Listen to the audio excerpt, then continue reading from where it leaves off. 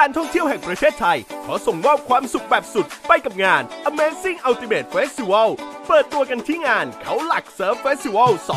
2023 การแข่งขันเซิร์ฟชิงรางวัลที่มาพร้อมรอยยิ้มและเสียงหัวเราะจนล้นหาดพร้อมมันเต็มที่ไปกับคอนเสิร์ตจากไลน์อัพดีๆทั้งไทเทเนียม 2P Southside วาเลนติน่าพลอยเลซี่ล็อกซี่แอนด์แซมแบล็กต้นตระกูลไมยาราบรวมถึงแอคทิวิตี้สนุกๆอีกมากมายทั้งหมดนี้ Free Entry 16-18 มิถุนายนนี้ปักหมุดไว้เลยที่ Memories Beach เขาหลักพังงา